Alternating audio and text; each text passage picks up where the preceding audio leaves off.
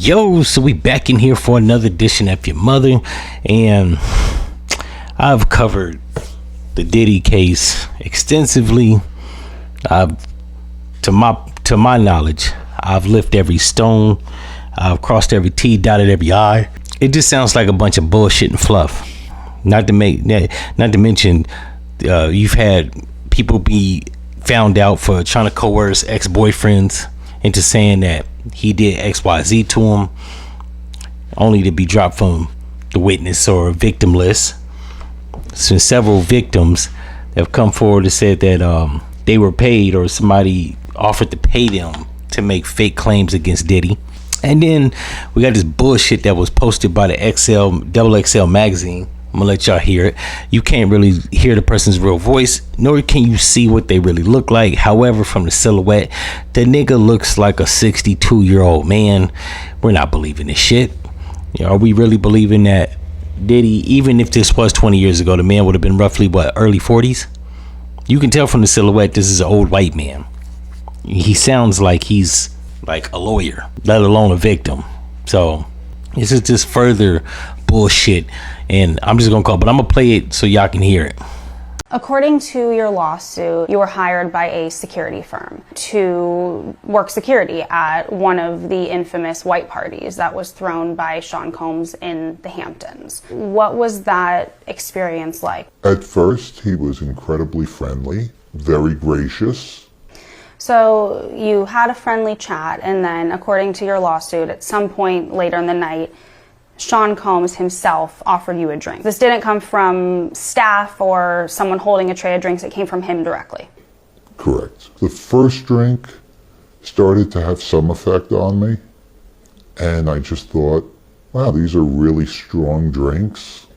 It wasn't until the second drink, and it was already too late, that I realized that there was something wrong with the drinks. Sadly, Sean Combs was waiting in the wings. He was watching from some sort of vantage point, and once I was in a helpless position and he was sure that he was in a position of power, then he took advantage of the situation. You allege that you were forcibly pushed into an SUV by Sean Combs. That act alone, according to your lawsuit, left you in considerable pain. And then once inside the vehicle, your lawsuit says plaintiff was held down by Combs, who overpowered him while he struggled to escape due to the effects of the drugs in his system. And it goes on to say that he sodomized you. I was screaming. I was telling him to stop. It was incredibly painful. And he was acting like it was nothing. So I ain't even gonna play the rest of that bullshit out, because I don't know if this is like an Onion parody or if this is actual factual. If this is a parody, it's a pretty stupid one. It strikes me as odd that ever since the disclosure of all this, that the white media is having like a field day with this homosexual shit. Now, I got nothing against gay people, I got gay friends, all that jazz, right? And we're in America where most Caucasian people normalize homosexuality. Yet I can't find it ironic that as soon as Diddy is found to be quote unquote bisexual, or however you want to play it, it's like they poke fun at it, like it's they basically try to use it to demonize him. Like I said, if this is a parody, it's a pretty bad one. If this is real life, there are other shit to report on. I'm just gonna put that out there. That doesn't escape me, the fact that we're reporting on people's sexuality, and this man alleges that he was a security guard and Diddy gave him a drink just so he could overpower him and boof him in the back of an SUV. Come on, son, we're not believing that. And like I said, from the silhouette, the man looks like he's a 62-year-old man right now. So circa 20 years ago, he was 40s.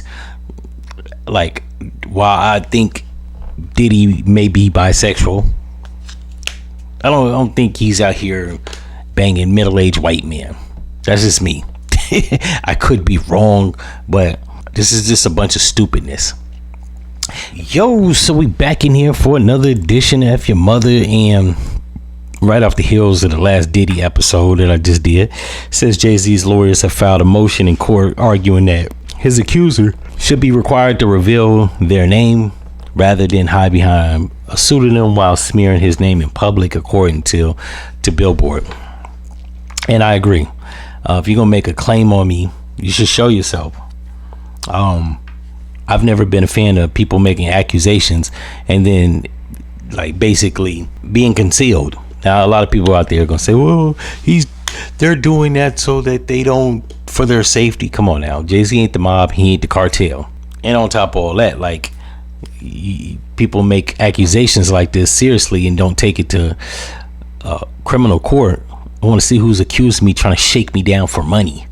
Because last time I checked, he's not being charged with criminal charges. He's being, like, there's a lawsuit that somebody's claiming that he raped them when they were 13.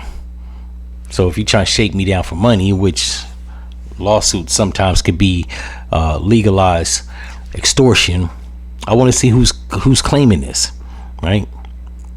Because it might be able to point out fallacies, or it might be some jaded person, or this person could have been poached on me back in the days by their parent and I didn't bite, and now this is a reprisal of an extortion attempt.